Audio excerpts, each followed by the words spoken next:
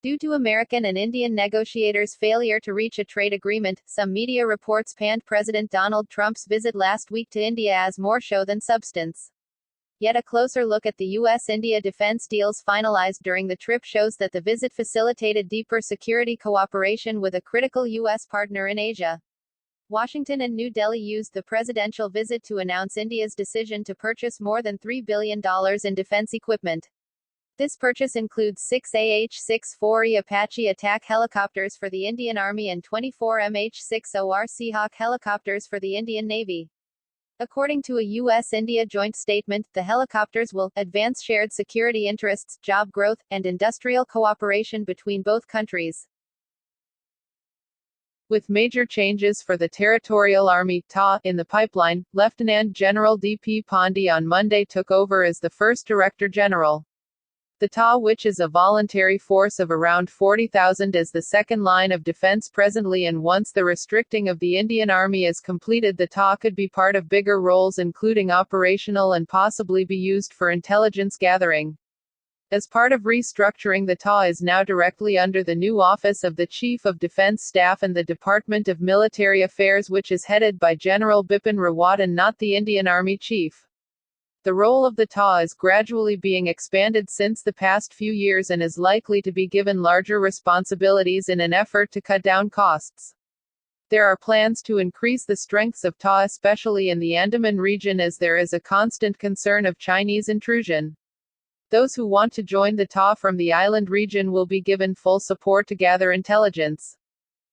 A total 11,096 crore has been spent till date on the Indigenous Light Combat Aircraft, LCA, and the Kaveri jet engine development programs, the government informed Parliament on Wednesday. The LCA program has run for 36 years and Kaveri engine development for 30 years. The time taken for these developments is due to the complex technological challenges and the gradual development of the necessary ecosystem, Minister of State for Defense Shripad Naik said in a written reply in the Lok Sabha.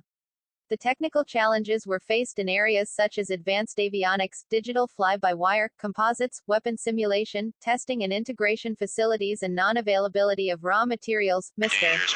Naik said. Of the specified amount, 9,063.96 crore was spent on LCA and 2032 crore on the Kaveri engine.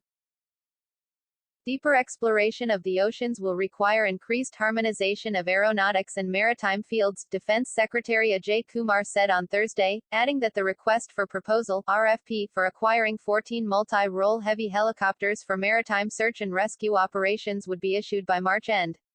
Speaking at the inauguration ceremony of the National Maritime Search and Rescue Exercise, SAREX 2020, in Goa on Thursday, Kumar also said that India is an extremely willing partner in any partnership vis-a-vis maritime cooperation and that maritime security of Africa and India is a common goal, which the regions were striving towards. We are planning to have 80 aircrafts to support the fleet of 200 Indian Coast Guard boats in our search and rescue operations. As part of this, we are in the process of initiating two major programs. The Indian Army recently used rocket launchers and artillery shells at Pakistani Army positions at the line of control, LOC, in Kupwara sector to push terrorists back, according to reports. Indian Army sources have confirmed to Financial Express Online that what was used was rocket launchers and not anti-tank guided missiles. The action was taken in response to Pakistan's relentless ceasefire violations. The desi, Air Force One, equipped with advanced missile defense measures, will finally be ready to fly the President or Prime Minister by the middle of next year. India has now inked the around $190 million (1,300 crore rupees) deal with the U.S. for two self-protection suites, SPS, which will be retrofitted on the two custom-built Boeing 777 aircraft earlier acquired for long-haul VVIP travel. The two wide-bodied B-777s, with their fully integrated advanced missile approach warning sensors, defensive electronic warfare systems, infrared countermeasures, digital radio frequency jammers and other such contraptions under the overall SPS, will be akin to the U.S. President's iconic Air Force One or the Flying Oval Office.